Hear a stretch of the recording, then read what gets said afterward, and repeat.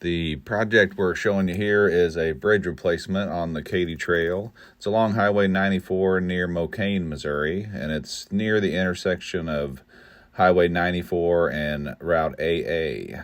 The existing structure that was here in this location was a timber structure with multiple piers in the waterway that was catching debris and also just had overall deterioration from its years of service. The replacement we're looking at is a single span steel prefabricated truss structure that provides many benefits for this location. The one being removing all of those piers out of the waterway and allowing that water to flow efficiently through this area, and also not causing damage to that structure from the debris. The prefabrication provides a consistent look and design along the Katy Trail as we replace these bridges.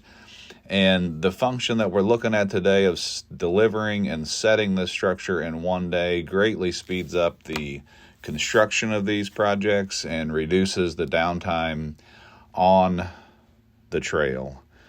Once this structure's set, it's ready for the concrete deck to be placed on top of it and very near completion of this project. It is scheduled to be complete the week of July 7th, 2025.